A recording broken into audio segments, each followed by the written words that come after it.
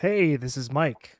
Hey, this is Kaz, and you are listening to Two Broke Watch Snobs, the only watch podcast where one of the hosts will be progressively getting higher and higher due to pain fumes. You have made it all the way to episode 273. Michael, hello. It's a special episode. It's a special This episode. is planned just for our guest. We're taking on a new tradition of I don't know. Yeah. Yeah, I've So, got paint drying in here. Next episode, Mike, you'll be doing drywall repair at your end over there with all your windows and doors closed, right? it's not a bad idea. Not a bad idea. It's going to be a ton of fun. Everyone, if you're watching on YouTube, which you should be, you'll probably all just already notice right now, we have a special guest with us, Nick from DC Vintage Watches. Nick, say hi to everyone. Hey, how's everyone doing? Thanks for having me. Everyone respond all at once in your cars, on the train, in bed, wherever you are. This is going to be really, really cool. Michael and I haven't done, I don't think we've done, there's two things we haven't done. Well, there's lots of things we haven't done. We haven't done a really proper, tried and true, affordable vintage watch episode in a while, and we've never done one about a brand specifically. Right. Yeah, I was looking back at the old episodes, and it was always some type of watch. We did even precious metals at one point. I think we did digitals at one point as well. So, but we've been wanting to start up the segment again lately, and just so happened that we got in touch with you, Nick, DC Vintage Watches, and immediately in my head I thought Seiko.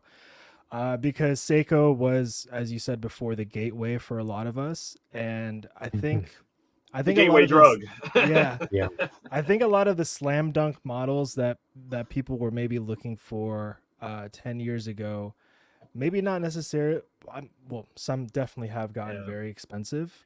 True, but they're not really the no-brainer choice anymore. So we just wanted to get in on your expertise and talk about what affordable vintage Seiko looks like today, how it's changed, in the past 10 years, and you have a lot of experience, so you can share that with the audience as well. Yeah, we can even make predictions about what models currently in production will become hot vintage Seikos in 20, 30, 40 years. Right? That's true. This is going to be a ton of fun. So, Nick, thank you for joining. As is tradition for everyone listening on the show, it is. We are nothing without our traditions. We have to do an audio wrist check, and we would love, Nick, if you start the audio wrist check. Tell everyone what you're wearing. Tell them about the watch, and we decided to see what you got, because I've been trying to see what you have on camera, but I haven't been able to tell. So I'm very curious to hear.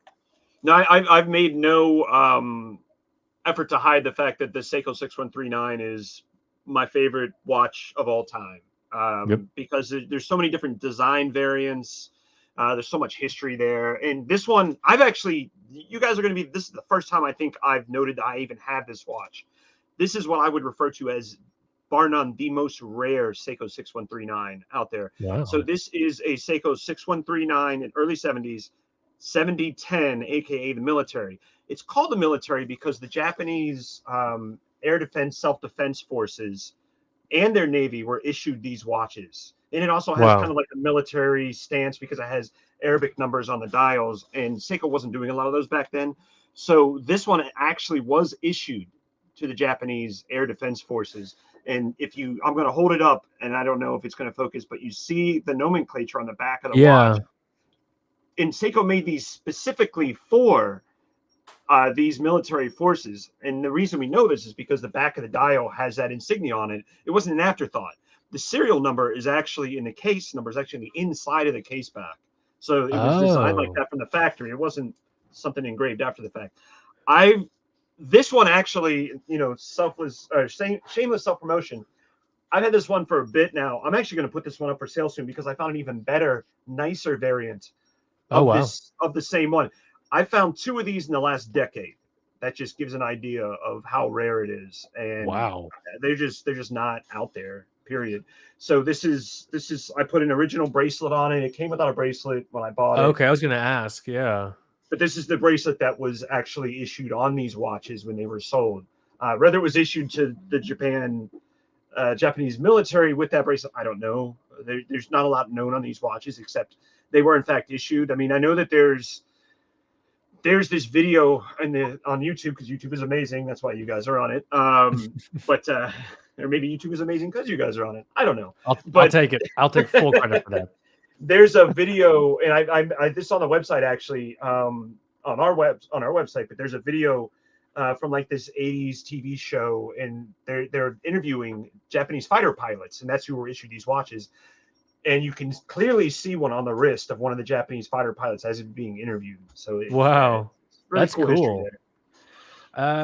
You know what pops into my, and this was never going to happen. So like anytime we talk about vintage watches, my frame of reference is always going to be my background, which is vintage Soviet watches. And one of the things that always happens in vintage Soviet watches, and I'm wondering in regards to a watch like that, is more often than not, it used to be the case, not really the case anymore, but it used to be the case that if you found a Slava Medical or like a Gen 1 prototype Vostok Amphibia swing lugs, that the person that had it did not know what they had. In regard to that particular 6139 you're talking about with these, these Air Force, Japanese Air Force issued ones, do folks know what they have when you find them? Or is it like I found this in a drawer along with Q-tips from 1985? I don't know what it's worth. So do you mean with just this one watch, or just your in general? that particular watch? That particular watch? I don't know. No one's ever sold one. I have never seen one on any of the usual suspect sites, eBay, wow, Chrono 24, etc. They just don't pop up. So one of the great things, but it's also, I got to be careful not to overdo it. As we've been in business for 12 years since 2012. So as our name has gotten out there, you get more people that will reach out and they'll be like, "Hey, I've got this for sale." So it's like, it's tempting for me, obviously, to be like, "Oh, that's mine. I'm keeping that." So you can overdo it. But these like I said, literally, I've seen 2 for sale. Wow. In 10 plus years, and that's it. And we're in uncharted territory. It really is. Like, I don't know what I'm going to charge for this when I put it up there, because I don't know. There's no. You can look at the market and like an eBay, what's sold, what the median price was, etc. That doesn't exist here. Like it just doesn't.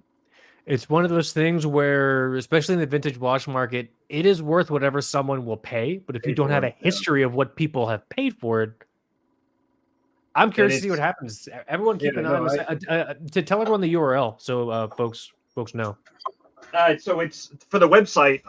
Sorry, I have my my puppy here, and he just tried to chew on the cap of the beer.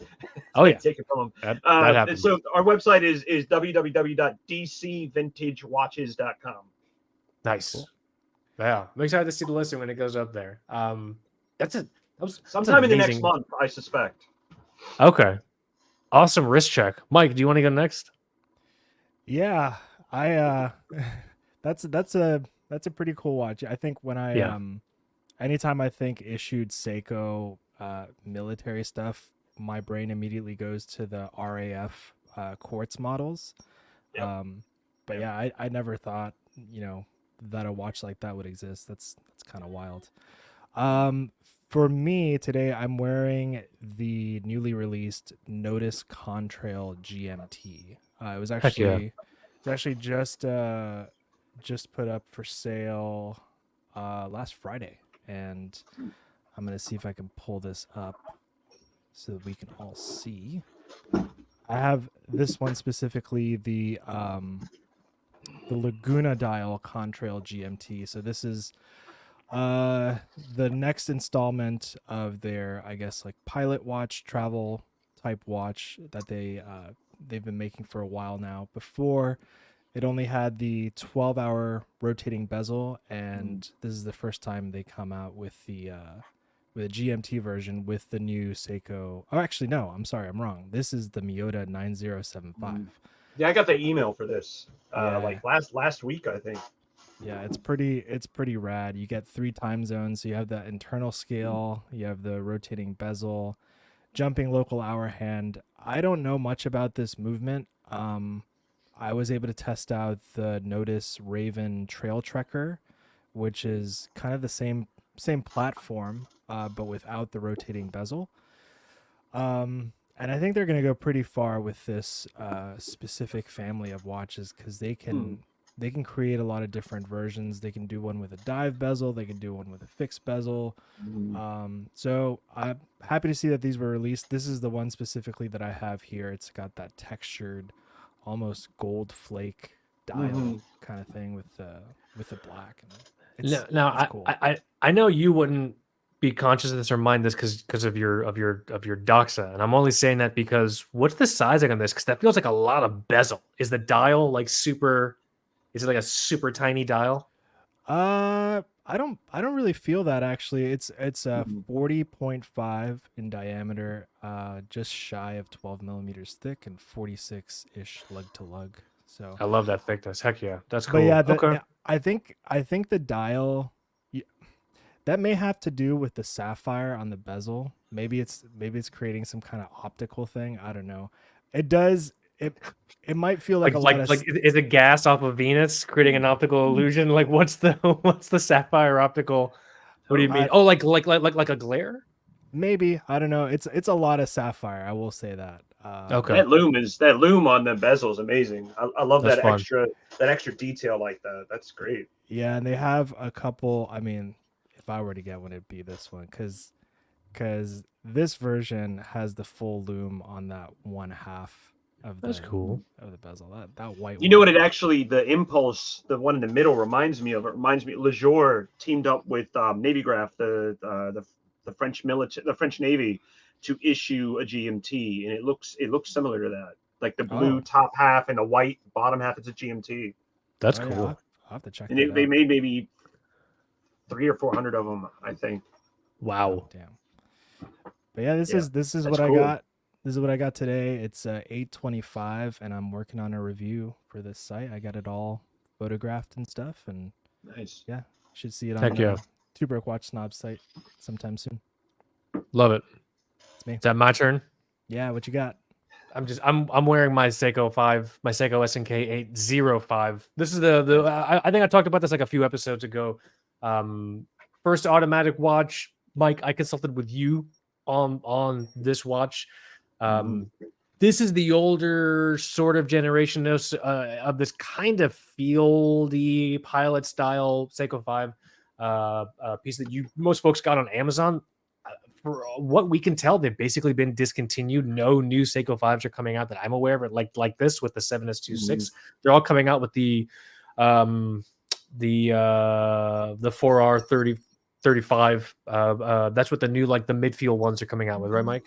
I think so. 4R 35 or 36. It's funny that watch being so close to my resume that you showed me before. It's just it makes me think that those two items have been in the same room a lot of times for a long time. For folks who don't know, Mike and I met through work, and then I got this watch because I knew Mike was a watch guy before we were friends. And I'm just like, hey, I need a watch for I'm looking at watches for a job interview, blah blah blah, and that's how I ended up with this thing. But I love this watch. This, I say this story a lot, and I think most collectors should be a little more in touch with the idea of those first 2 or 3 watches you get end up controlling your tastes and predilections for the rest of your collecting journey, whether or not you want the antithesis of what you first started collecting, or if that drives you towards things that you liked about those first pieces. Those first watches do make a pretty big difference. And so that's what I'm wearing for the show. I thought it would be fun. It's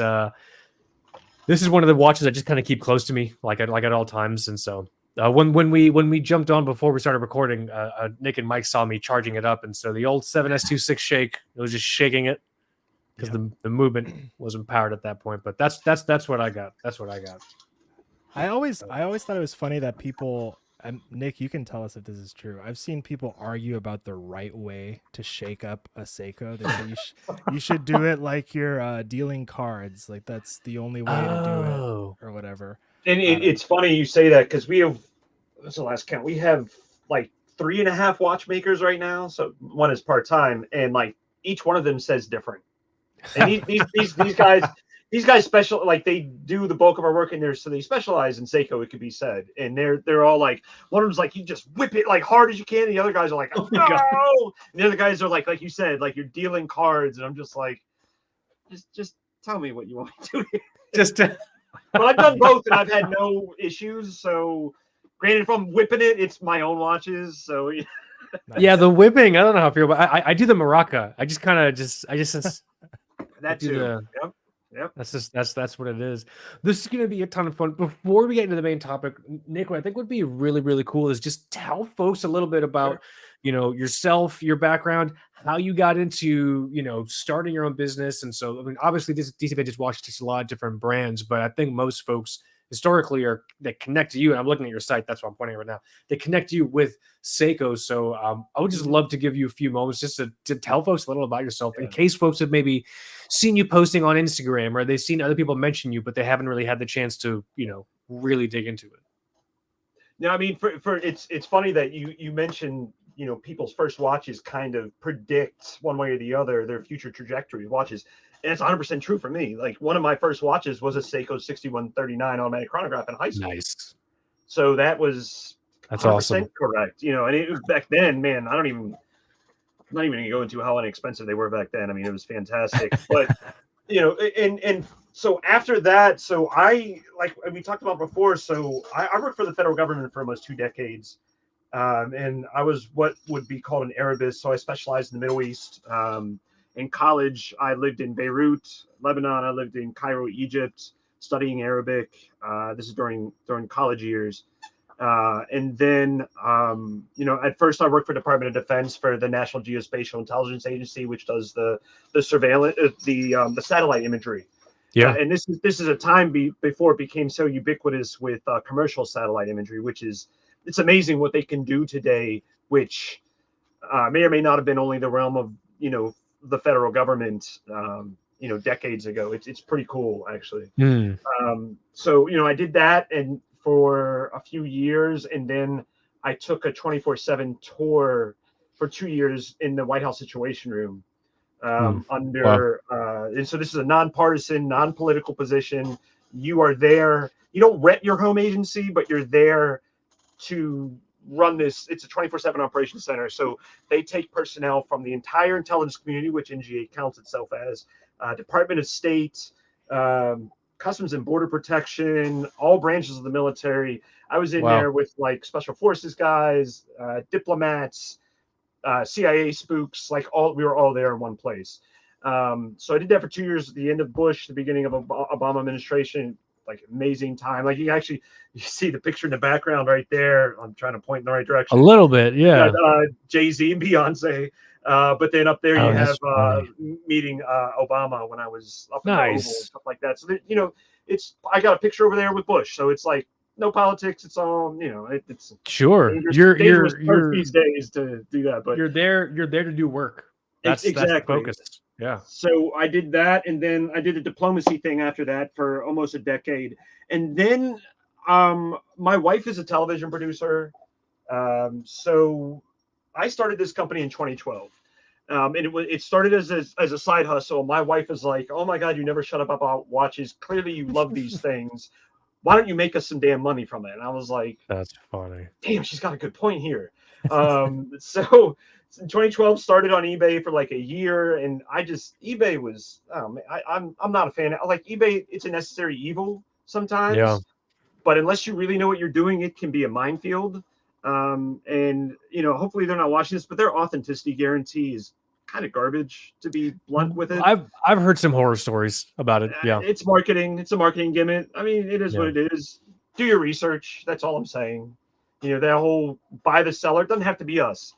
It could be anyone else. Just do your research in the seller and the watch. But so anyway, did that, continue to work for the government. And then basically I got a story because Daniel Day Kim became one of my good customers. Square jawed, very handsome Asian American actor in Hollywood. He was in Lost. But he's been in a ton of stuff after that. He continues. He's very busy. Amazing. It's kind of like this really influential figure in Hollywood, but he introduced me to a bunch of people, sold a bunch of watches, got an article in GQ on the Seiko 6139 Bruce Lee. And after that, it was kind of like, we kind of wanted to move to LA because of my wife's career and I can't compete with her money. ever. So it just made sense. And, Sure. you know, and you know, I'd lived in DC for most of my life, as had my wife, in the DC area, and then in DC proper for 15 plus years, 20 years. And at that point we had 2 kids. It's just like, we're moving out to LA. So we moved out to LA in about 2018 and left the government and just started doing this full time. And it's been amazing since then. It's a bit long-winded explanation, but you know, we specialize in Seiko, Omega, Heuer, that kind of thing. But it's the thing that I love about this work is I get to take the things that I love the most about my previous jobs, NGA, diplomacy, the White House, all that, the research, trying to write in a, I don't always succeed, but trying to write in a concise fashion, just the facts, that kind of stuff, putting the story out there, telling a narrative, all that's present in my line now as running DC Vintage Watches. So doing the, you know, you see a lot of these watch sellers, I'm not casting shade, although I kind of am, they'll throw a watch up and they'll have like a paragraph. Yeah. I'm gonna put a lot of stuff up there because that's what sells these watches, first and foremost, but second, the history is captivating. I love that. Like, yeah. I want to put it out there. I want other people to love this because clearly, as my wife said, I won't shut up about it. So, you know, that's us in a nutshell. And since then, we've been covered in a bunch of, like, been just, you know, it's been great. We've seen stuff. I had an interview in Houdinki, their 4+1 special, which tells a lot of my story out there, personal story. GQ, Worn & Wound, Fratello, all those. It's been really amazing, the journey so far. And that brings me here today. And it's great to meet other people that, again, to quote my wife, won't shut up about watches. You're in the right place. We've done a lot of yapping about watches, I gotta say. I have to wonder, Nick, how much watch spotting did you do at the White House? Or were you not the same thing? Right? You know what? So I know the admin for Watches of Espionage. And First of all, if you're not following, you need to be. We have one article. I wrote one article for them on the Seiko MacV SOG that was issued. I'm not going to go into that too much. Just search the article on the website. It's amazing. Yep. I'm writing a second article. It's also on a Seiko 6139, but I'm not going to go further in that because that's going to come out in the next month or so. But I did an article on my White House Situation Room thing, and it just wasn't captivating enough. And I love him for that quality control because he's not just putting anything out there, even if it's like, oh man. So I'm probably just going to put it up on the website. But there was a core group of watches that I wore during that time. And there were 2 Seiko SKXs, the 007, 009, so the black and then the Pepsi bezel. Yep. There was a Tag Heuer Aqua Racer that my dad gifted to me because he's real big in the Tag Heuer when I graduated high school. The Big Zero is actually on there. And really? And I joke in the article that I wrote, and again, I'll put it on the website probably next month or so, that when people found out it was Soviet, they were like, why do you have a Soviet watch in the White House? And I'm just like, I imagine it would get looks in the White House. Yeah. It did, but I was like, what? I'm Aldrich Ames, and we remember that guy, the spy against us for the Soviets, attended meetings in the White House. I was like, that's a Soviet you need to worry about, not this watch. So not my watch. There was a few watches that I wore that I swore by, and then it was still vintage Seiko for sure. I mean, this is during the aughts, during the late 2000s. Did you ever have any other watch people there maybe recognize some of the vintage Seikos you were with, or like was there like a core? There was. Yeah, that's actually super interesting. Yeah, they tended to be military special forces operators, actually, which is I mean, if you look at how popular Watches of Espionage is, really no big surprise there. I mean, these guys, and a lot of them swore by the Seiko 6309 or the SKX. SKX got a lot of comments. And it was usually people that worked with me in a situation room. But I mean, there were people on the National Security Council, because technically that's what, if you're in the sit room, you're on the National Security Council. You're an employee of that. So there were directors and deputy directors of various geographic expertises or things like terrorism or cyber or whatever. And some of them had special forces background, and they would always comment on something like that as well. Amazing. I love just how multifaceted and just interesting the background that you have is, and how that's informed a lot of kind of what brought you to, what you're doing now. And so it's always incredibly encouraging for me to hear that someone has lived a life and put themselves in a position for them to do what they love. So huge props, huge kudos. That's amazing. I can recall earlier in my career, someone during training was like, "Whatever you did before, it doesn't matter," and I was like, "That's bullshit." And like everyone since has been like, "That guy didn't know what he was talking about," and That's it's like funny. to wit, like with part of the job as a military imagery analyst within GA in our training, we're looking at these photos of here's what these military systems, Navy, Air Force, short-range ballistic missiles like a Scud or whatever. Here's what it looks like in imagery. Here's how long it is. Here's these tools to measure on imagery and stuff like that. Here's what it looks like. Here's the imagery. Here's what a decoy look like, an inflatable decoy, or it could be something like a dirt mound shaped to look like a Scud launcher look like. And I think that specifically has helped me when you're looking at, you're trying to tell tells, if you will, on dials between fake and real. I mean, I will always credit that. I think that helped me quite a bit and continues to. That's that hyper focused attention to detail. That's such an interesting. Yeah. I might be wrong. I think you might be the second person. We did have a British military service member that did image analysis on one of our previous totally episodes. right. Yeah. So man, Love that's so I cool. may have worked for him for all I know, because we obviously, you're DoD, so you're working with NATO allies, not in Five. Are you familiar with the term Five Eyes? Yes. So we're Five Eyes people like nonstop. I mean, I worked with my British counterparts all the time. The TUIs to London were always fun. So that's cool. Amazing. I'm on the site right now, and I'm looking at this 1996 Gen 2 UK Air Force chronograph. That's something I'm gonna stare at a lot later. Oh, you got a big 0 on here. Yeah. Yep. Just put it up this past week, just as I did with the UK RAF issued Gen 2. Very cool. Very cool. Well, that's a perfect transition. Would love to just talk about the current market for vintage Seiko watches. I think just not talking. The Seiko thing's always really complicated, especially within the past, like Mike, would you say 3 or 4 years? Not even just vintage watches, but just Seikos in general are getting expensive.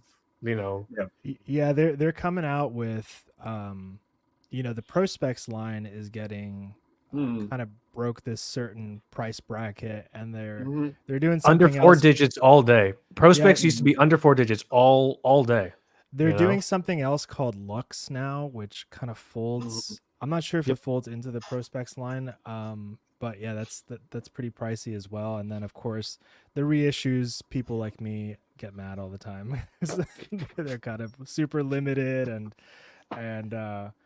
but yeah, I get the feeling that it's not what it used to be. I mean, we even saw this with the SKX when there was the whole discontinuation hype and everything. And so I guess we just wanted to pick your brain and ask for your opinion on what this landscape looks like now. What are some of the models that maybe people aren't totally looking at, or maybe just flat out ignoring? I personally, I don't even, I know almost nothing about the vintage chronographs, actually, because I never gravitated towards those, but seeing some of them on your site, I don't know, makes me want to learn. Yeah. No, I mean, I mean, I still don't understand why Seiko replaced the SKX with what they did, because it's much inferior in my opinion.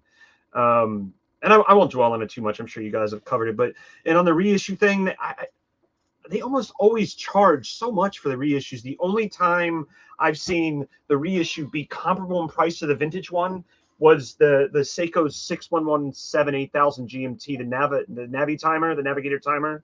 I like that one. That was very faithful, and that's why we both like it, because it's so faithful to the original. And the price is about comparable too, because particularly with the original bracelet, the vintage ones are not cheap, and you can see why. They're incredibly handsome watches, and that I have one in my collection that I wear frequently. But no, I mean, what you're saying, and part of this, I hate to say, is my fault, because humble brag aside, what I do, like I've learned from my previous careers, like I network, I learned how to do advertising, I learned how to marketing. I'm talking with people like Cam Wolf, the senior watch editor for GQ, who is big on the Seiko 5 line. He's big on that, like you guys are, on the affordability, affordable watches. So he's putting out a mainstream, and GQ has a huge readership outside. I mean, you have something who for a Houdinki, which I like to call, it's a compliment, but I like to call the Vogue of the watch world, because it's within our niche. It's very widely read. It's there's going to be detractors, but on the balance, I think there's they put out great stuff and people know about it. But GQ transcends that. It's mainstream. Yeah. So anytime Cam talks about something, you see an immediate attention to that thing. And I think some of that has been on vintage Seiko. So for instance, like GQ, like we was talking about before, GQ did that article on Bruce Lee wearing that Seiko 6139. And it just, I still have a wait list for that true Bruce Lee, as it were. Through my research, what I think was the variant that Bruce Lee wore, I still have a wait list for that. I'm working my way through it, but people are adding to it all the time that they want that one watch. So, you're right in a lot of ways that the vintage Seiko is not affordable as it used to be. But I will say, and you've noted this, you both have noted this before and right now before the show, that's just certain models. There are definitely some vintage Seiko automatics out there, and vintage quartz in the early years that are very affordable. I mean, we talk about like the Seiko 7005 series, the 6619, the 6119. Those are automatic, 3-hand watch configurations in the late 60s throughout the 70s that had dozens of case variants, dozens of dial variants, and they all are built on these movements that are eminently affordable. We're talking like a couple $100 depending on the variant out there. So those are definitely something I sing the praises of. Amazing.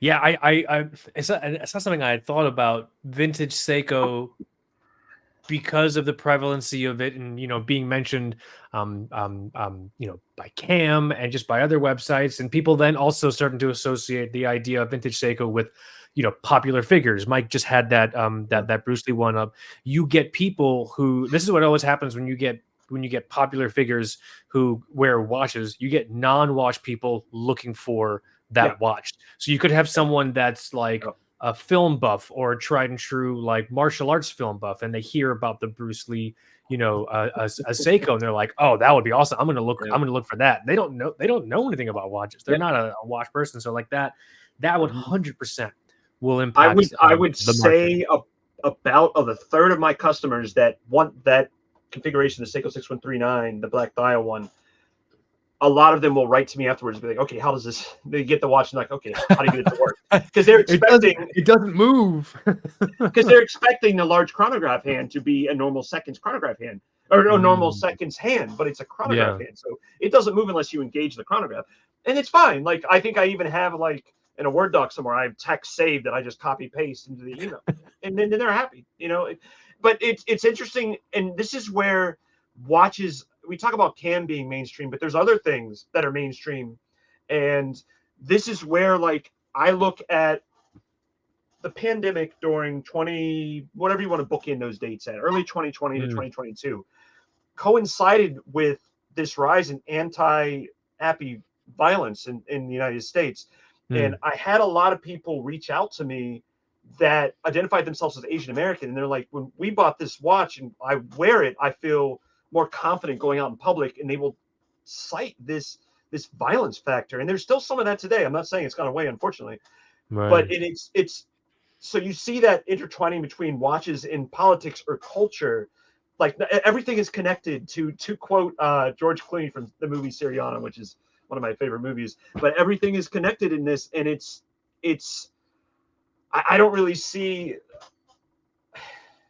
and it's complicated because I never thought, when I'm doing this, like I just love these watches, I'd never thought that this would be a factor into someone buying a watch. But it's interesting, and it's like, at what cost? But at least for me, I was able to, in some indirect fashion, bring them something that gives them more confidence and they love for that reason. But they didn't collect watches before, but they identified with Bruce Lee.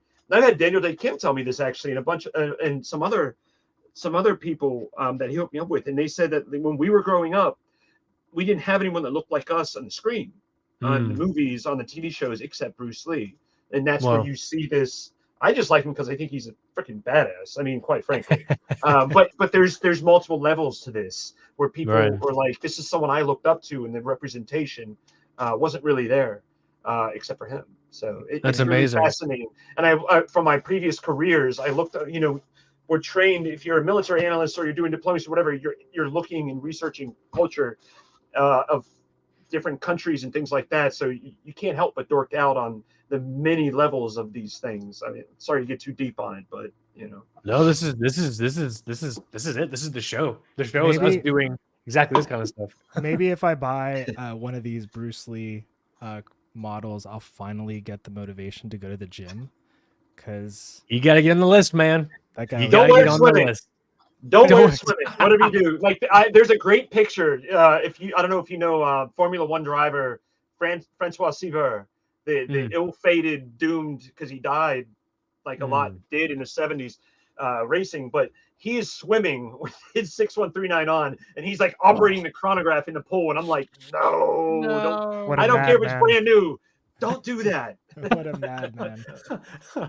That's funny. I think to an extent that's that's normal. We talked a bit about before, when you put something up on the site, you talk about the story, the impact, everything about that particular watch, because humans by their nature, they'll matrix to different extents. They'll connect ideas. They'll see things that are related to different things that they're familiar with. And so in lots of cases, when people start to research figures they like or time periods that they like, they end up liking all kinds of peripheral things around that. So that's cool. That's pretty badass. Yeah. No, so let's do this. If we were to give someone a recommendation, I think you talked about this a little bit. What I used to do when I was first getting into Soviet watches, and when I was like hardcore looking for deals. And so just to clarify for folks listening, when I say Soviet watches, I mean watches produced not technically between 1917 and 1999, more like 1930-ish to 1991, excuse me. But the Soviet time period encompassing 1917 and 1991. What I used to do when I was really teaching myself is I would and Nick, you can tell me if this does not work anymore for Seiko, or if this is not applicable to Seiko. I would just go to eBay. I would type in, Vostok 2409 or Raketa 2609 or First Moscow Watch Factory 30133, and I would those are all movement designations, and I would just go through hundreds and hundreds of pages looking at watches, trying to find something in the configuration that I liked, because back then it wasn't so much that all watch models were named. You kind of have to search for watches by their movement reference, unless they're a super popular model like the Big Zero or the Slava Medical that I have over there, anything like that. Is that applicable for Seiko? Is there like an option? You mentioned 7005. Is that? So the way that this is Seiko, and this isn't, it's fun because I remember this when I was learning Arabic. So like it's kind of mostly the case, but not always the case. When I was learning Arabic grammar is kind of like this a bit. But with Seiko, most of their, and they don't do this now, unfortunately. But if you look at maybe early, like late 80s and previous, you'll have 4 digits, a dash, and then another 4 digits. Those first 4 digits are in reference to the movement number.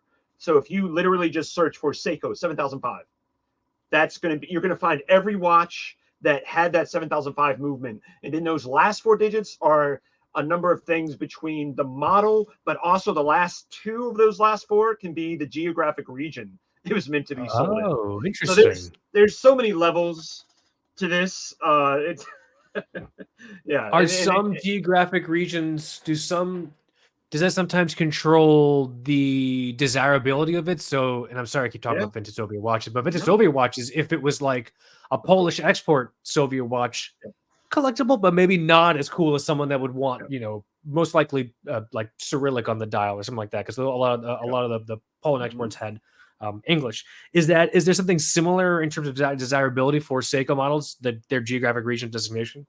There is, and it really comes to, again, like we were joking about earlier, it depends. So like with some of the SKX divers, it'll be like and this is where it gets more complicated because you'll have those 8 digits, and then separate you'll have SKX 031J, and the J will mean Japan. So people there's some truth to this, but I think there's mostly not. But people will want the watches that were made in Japan proper versus Seiko facilities in Malaysia. And if I know Seiko, I know at least during that era. Now it gets a bit sketchy, but except for Grand Seiko, the quality control back then was better than it is now. So Malaysia was probably the factories probably building to the same caliber as Japan was, but it's up into interpretation, I think. So you will see that geographic regions will be, and then you have Japan. Seiko really like to save their best stuff for the Japanese domestic market.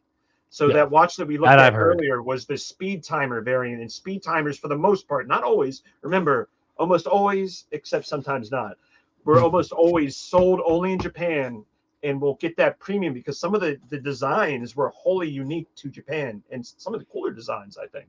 Like the Seiko Bruce Lee you guys had up on the screen a second ago from our website. That's cool. There's a lot of detail to get into. That reminds me of when I was hunting all of those new Turtle reissues that came out. And it's like, okay, I had the SRP 777, and then I had the SRP 777J, which I thought was the Japan one, but it had a Japan dial, but the day window was English Arabic. And then I found common. That's normal. That's I found the SBDY 015 that had the Japan dial and the kanji wheel, and I don't know why they did that. Sorry. I don't get it either. I thought the J would have been the JDM one, but I guess technically the other one was the JDM one. But I know we just put up an SKX 031J that is Japan, and you will see this actually enough where I think it's commonly accepted to be this is legit, where we'll have all of them will always have that English day of the week, and then this one, even though it's JDM, it's J, has Arabic. So you'll see the Arabic English, and I don't know why that is. Like that I mean, as an Arabist, I love that. Don't get me wrong, but it's a bit weird, but it's legit. Man, I took 2 semesters of Arabic in college, and I didn't. I was just trying to talk up this gal that eventually she was taking the class too. She became my wife, actually. But man, I did that. It worked. A girl I dated in college, she was Iraqi Kurdish, and something similar, but I did not marry her. Oh man, just the vowels and everything, and you're learning the modern standard Arabic, which nobody uses in real life. Man. No, it effectively doubled my college debt. True story. The overseas stuff, but I mean, it's interesting because, and I won't dork out on it too much, but like you go to some place like Lebanon, like everyone, like the first language, I swear, it depends where you are, of course, but if you're in Beirut, if you're in the capital, the first language tends to be French, and then it's English, and then it's Arabic. So it's like you can go there, and if you mangle the Arabic, as I'm sure I did, people will just they'll be like, okay, he's probably American, so I'm going to go to English, and it's a handicap. But you go to Egypt, no one's speaking English; they're speaking Egyptian dialect Arabic only, and they can understand your Fusha, your modern standard Arabic, pretty well. But I took some Arabic. I went to University of Maryland, College Park, and I took some Arabic there, and then I went to Egypt, and I was like, oh my God, I know nothing. And it was I was not prepared. I have a special understanding of people that come to the United States and don't speak English well now after that. I mean, it was intimidating. It was really difficult. Yeah. I believe it. So I have my frame of reference correct. 7005. The first 4 numbers of the movement. The next 4 will control everything from what it looks like to its region. That's a good pocket for folks to get lost in, because I used to love getting lost in it. It's fun. It's half the adventure. Yeah. Oh yeah. What would be some other good ones? I think I can't remember if we were recording, but you also mentioned possibly vintage quartz, which is always really dicey to me, because I never don't trust someone to have not left a battery in there for 15 years or 15 or 30 years or whatever it is. And and speaking of quartz, although it's not Seiko, but the Chronosport UDT, which or the Magnum PI one. I don't know if you're familiar with that watch, but the one that Tom Selleck wore, Magnum. He wore a Rolex. I think it was a 1675 GMT, actually, the Pepsi, but he also wore Chronosport in the first season. Yeah. And the quartz movements in those, because it's this analog digital, kind of like, Seiko's Arnie, but are impossible to find. And it drives me crazy, because for the most part, the movement's great until it's not. And then you're basically, excuse my French, shit out of luck, because there's so few of those made. But for your run-of-the-mill quartz, that movement can be trashed, and because of the ubiquitous nature of how many watches and the availability that Seiko made these, you can find a donor out there on eBay or whatever. And usually for quartz, they're pretty affordable.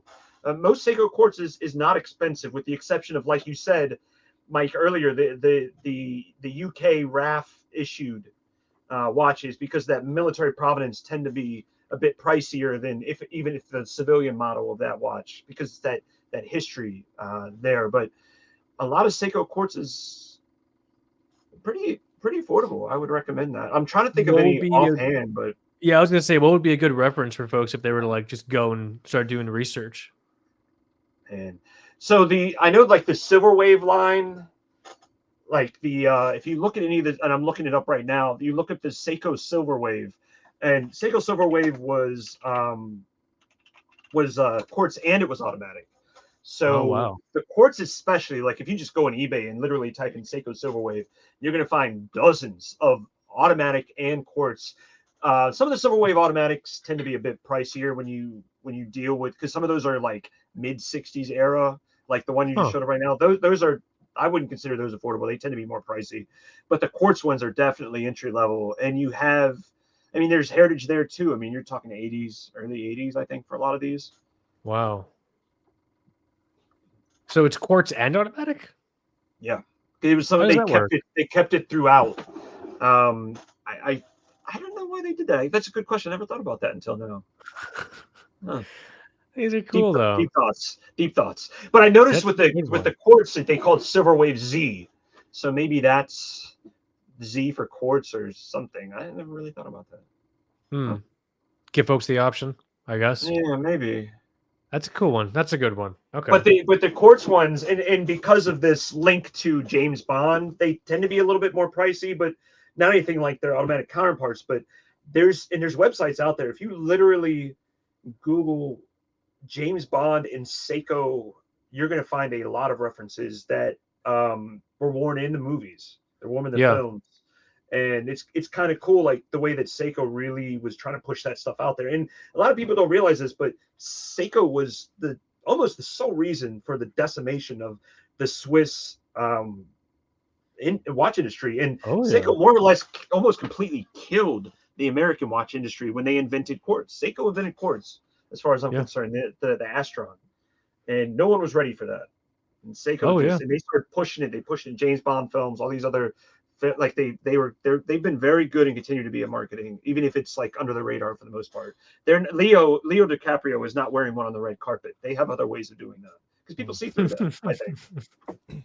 What do you think of the older 7002 divers? So kind of what we got, just they look a lot like the SKX 007. But I think that is the movement family just before the 7S26, if I'm not mistaken.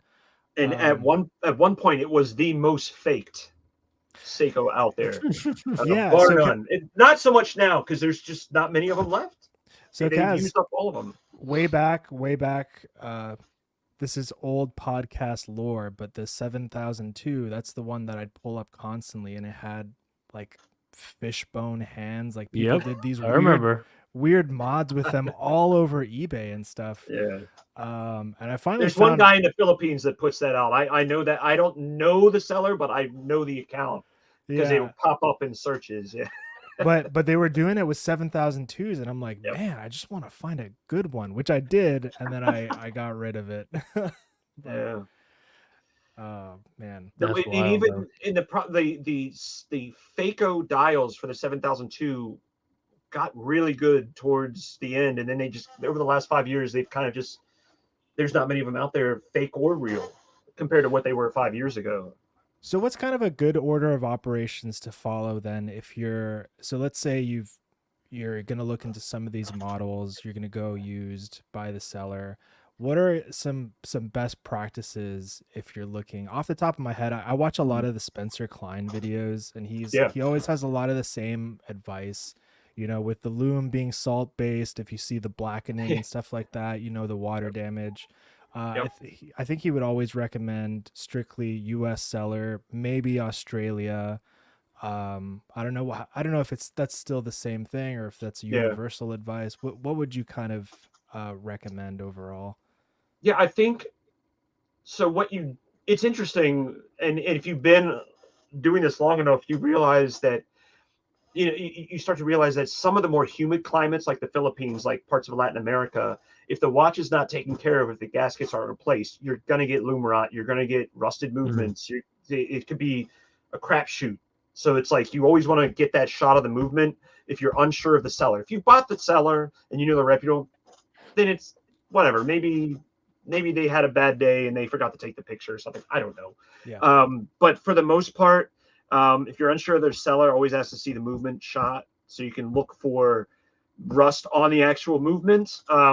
Sometimes you'll see, particularly on Seiko, along the edges outside of the gasket, you'll see some corrosion. That's normal. That's outside the movement area. So that's outside of the inside of the watch because it's outside the gasket. That happens. Too much is a turn off on that. So avoid that. But a lot of it's going to be like, are they getting too artistic with the photos? I do. So I'm not, I do, but that's just me because I like it. But are they like, do they look like, I could be dating myself, but like when I was in high school, the glamour shots were big, where like you go to this place in the mall and they think it's kind of like it's like hazy, like picture, like they're kind of blurring out some of the details. That's a problem when you're looking at sellers on that. And we put out we actually have an Instagram page called DCVW _Faco Friday. And like, I'll throw up some examples of Faco watches, just a quick perusal of the internet, of eBay, Chrono24, Etsy, whatever. And I'll throw the 10 worst examples that I saw that week. I almost don't like doing those posts anymore because it's just so much crap out there.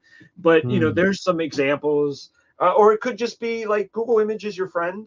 So it could be, for instance, you want to know what bracelet is original to a watch, throw the reference. And this is more than just Seiko. It's any watch. Throw it into Google Image, try to look up the bracelet on it, examples of the bracelet, see what you see the most bracelets out there on that watch. And chances are it's probably the original bracelet that it came on, and use that to inform your searches. There's so many things that I do now that I just don't even realize that I'm doing because I've been for so long. Yeah. But it's like, for instance, even on the example you have up right now, like those are very, like, it's this dial and some of the Pogue dials are the most faked now as far as Seiko chronographs go. And some of the fake dials for the 6138 8020 Panda are extremely good. And you won't even know until you get it in the steel, as it were, and you take it apart and you look for that 2-digit date stamp on the back of the dial. That's how you can tell. Yeah, I hate to say this, but the Faco dial manufacturers have not caught on to that yet. That's your gold standard, but then you got to take the watch apart, and a lot of these sellers, legit and otherwise, they just won't. They're not willing to take the watch apart for that date stamp. Wow. I think back in the day we used to put pictures of it up, but at this point I'm like, look, honestly, if you don't trust us and all the stuff that we put out there, then you probably need to buy elsewhere. Because my watchmakers are getting pissed at me because they're like, we don't want to keep taking these damn pictures, and I try to keep the watchmakers happy because it's hard to find a good one, so I do my best to keep them happy. I think you're in a spot where, like, the reputation, it's not folks who are like, oh, I don't know this, who I've never heard of. Like if someone, even if someone were to stumble upon you for the first time, a little bit of Googling, a little bit of research, be like, oh, okay, this place is. You're going to see it. Yeah. So then that's that by the seller aspect. I love talking to vintage watch people, those who like get under the hood of vintage watches as well, because I'm always curious in the answer to this question. So and again, I'm gonna talk about vintage Soviet watches, so that's my bad. Everyone at home listening. No, that's your frame of reference. Do it. That is my frame of reference. I'm here for it, man. I'm here for it. Yeah. There's always so much there's a lot of sort of polemic discussion around Franken watches.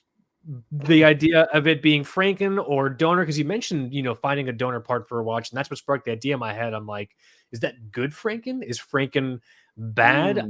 I've always had it boiled down to a matter of intent. If you go to a listing and the listing says dial replaced, donor, bracelet, okay. Yes. But if you go to a listing and you can kind of feel like it doesn't look right, it says like NOS, or it doesn't mention anything about replaced or whatever, but that second version also just comes down to you having that knowledge. But I'm curious on your thoughts. Is there a spot where the idea of replaced parts enters maybe that negative aspect of Franken of Franken watches? Does that hurt the value?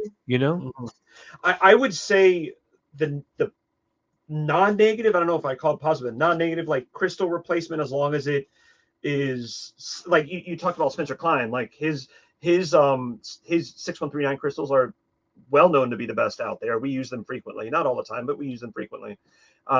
Crystals, not so much. It's very rare that I get anyone asking, because we also do like a vintage watch sourcing service, which is about half our business actually. Nice.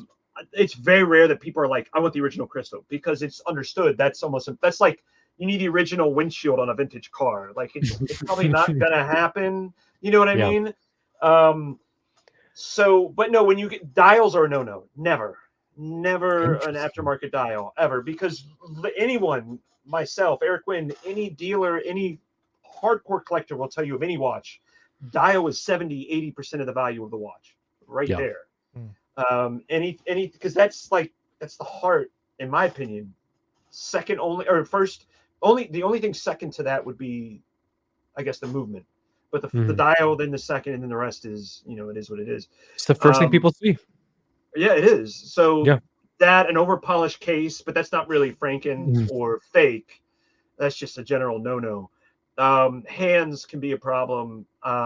If they're really good copies, maybe. But again, it's that matter of intent. So it's the transparency. Like in some Frankens, like myself, like Worn and Wound did an article on the watch line that we came out with, the Sycamore watch line, and I talk about the inspiration for that was me taking the watch that I'm wearing now, the 6139 7010, and mashing that up with a 6139 8020, which is kind of like the all black PVD 6139, and putting the dial with Arabic numerals on that watch, kind of like a military-esque watch.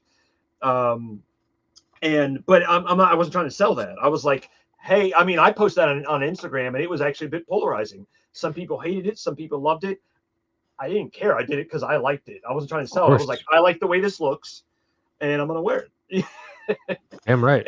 And you can see, as you're putting up on the screen now, that was kind of the inspiration for that watch. The all black PVD, the numbers, either Arabic language or English numerals are Arabic numerals, in the true sense of it. But and that's kind of what we have here.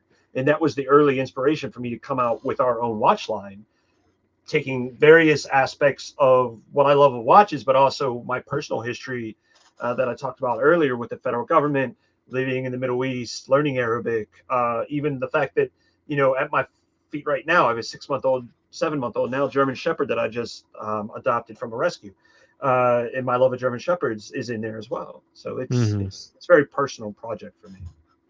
I think anyone that really gets deep into not even just watches, but anything that necessitates the collector's mentality, whether it's comic books or guitars, or in this case watches, like at the end of the day, your collector's journey, if you can look back and say, yep, no one else had the same journey as I did, that is, for me, that's a win. And so your journey being expressed through the release of these pieces in the Sycamore collection, like it is your perfect manifestation of where you are right now in your collector's journey. And Mike and I say that to people all the time, like, don't collect or express your orological passion in a way you think people, in the way you think people want to see. And like, that sounds like a no-brainer, when you say it out loud, but I don't think people realize, because it happens to me. Like you start to think like, oh, I'm going to a nice party, I better put on a watch that people are gonna like, or something like that. It's just like it's it's pretty interesting. So it's been amazing. It's just been amazing just catching up with you and chatting. And then I'm glad we were able to talk about the Sycamore collection. But I'm looking at the time, and I know we got to be conscious of time right now, at least on my end. But I feel like there's so much more to say.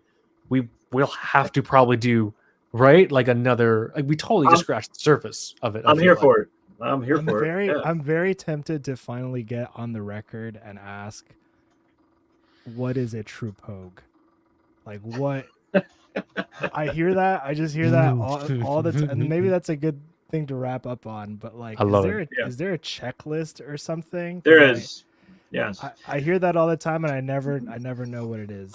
And this is myself, but also other people out there. Anthony Cable. He spells it with a K, and there's a couple other people that really decide. Like at the bottom of the dials, there's these dial stamps, and it's like this esoteria of knowing how to read these things, like the serial number, like the reference number, all that fun stuff. And we only have one picture of what Colonel Pogue wore on his Skylab 4 mission. And I mean, you saw up on the website earlier, we just put out these sticker packs, and in there I have like the true Pogue. If you bring it up, you'll see the true Pogue configuration. I made a sticker of it, and I'm selling it in our sticker packs or whatever. But so nice. We only have that one picture when Colonel, it's the other one, the other sticker pack for the Seiko 6139. When Pogue put it up for auction, it garnered, I think, $6K. And this was like 10 years ago, which is not, it's a space flown watch, and it garnered $6K. And he gave it to charity. And so we only have that one picture. That was an auction posting. We don't have the case back. So people will fight over, is it 6139 6002, 6139 6005? But if you read the dial stamp on the bottom, it's a 6139 6005. That's it right there. And you'll see it says automatic under Seiko. It says the water 70 millimeters resist at the 9 o'clock. It's going to be a Spanish English day wheel. There you have the Spanish example showing. And the configuration you have right there, that is a true Pogue configuration. Anytime those go up for auction on eBay, you're going to get 2 to 3, sometimes 4 times more than a more conventional Pogue will go, simply for that reason, because that's the variant dial, the dial variant that Colonel William Pogue wore into outer space. That's awesome. So you go, Mike. I guess if you're looking at those listings, the seller should always have it clicked over to the Spanish, right? I mean, because you got to see that then, right? And some people may not know, and that's when you gotta ask questions. You know, that eBay message aspect is your friend. And this is actually, I'll leave it with this gem. You know, some of eBay, if you know eBay's guarantees and stuff like that, separate from authenticity guarantee, but you know their rules, it can be hugely beneficial if you're sketched out about a watch, but you're thinking you're going to pull the trigger. Ask them questions. When they answer those questions, they're on eBay's system and if they say something in that response that turns out later to not be true, you have a legit case for item not as described, and you can open that case, and eBay's going to take your side. So it's the legalese, if you will, of knowing how the eBay system works. So it's like you kind of got to be well versed in that stuff, and it can help you. That's what I tell people all the time. Or you can mitigate your risk and just get your vintage Seiko from DC Vintage Watches. Yes, buy from us. I'm just kidding. That is also an option. It's all the above, man. This is so cool. This has been a ton of fun. So let's do this. Let's round the show out. So Nick, just so you know, we're gonna round the show. We'll say bye, and then Mike's gonna stop recording, but we can stay on afterwards for just like a couple of minutes, and then we'll actually really leave. So you all at home won't get to see us actually say goodbye to each other. But we're gonna do a fake goodbye on air for all of you people listening wherever you are. But yeah, what do you say, Mike? We'll start that now. Yeah, let's start that now. But yeah, Mike, the fake goodbye. This is the fake goodbye starting now. Nick, thanks so much. This has been a ton of fun. We have to have you back on the show because I know we're going to get a bunch of questions and thoughts and insights from folks because this is something that really touches a lot of what people are into with watches. So that said, if you enjoyed the show, if you have any thoughts or comments or questions, feel free to comment on YouTube. You can comment on Instagram. I think we'll do an Instagram post for this as well. You can also roll the dice and take a shot at our inbox at tbws.contact@gmail.com. But otherwise, let us know your thoughts on the show however you want. But I think with that said, Mike, is it that sad time? I'm excited about Seiko again. Yep. Thanks. I am excited about Seiko too. Nick, thank you so much. Yeah. Thanks for having me on, guys. I'm really happy to have been here. And and you need me back, I'm back. I'm here for it, man. I the thing again, like I hinted on this earlier. I love the fact that we can just have all these like minds just working on watches, man. I love this stuff, and then my wife probably likes it too because that's less of me talking about watches around her, at least for a little bit. We're getting it out of our systems now. Exactly. Yeah. That's so good. Here, Mike, you can start to say goodnight to the kids, and then I'll round it out and tuck them in. Thanks for listening, guys. My name is Mike. And this is Kaz. You have been listening to Two Broke Watch Snobs. Later.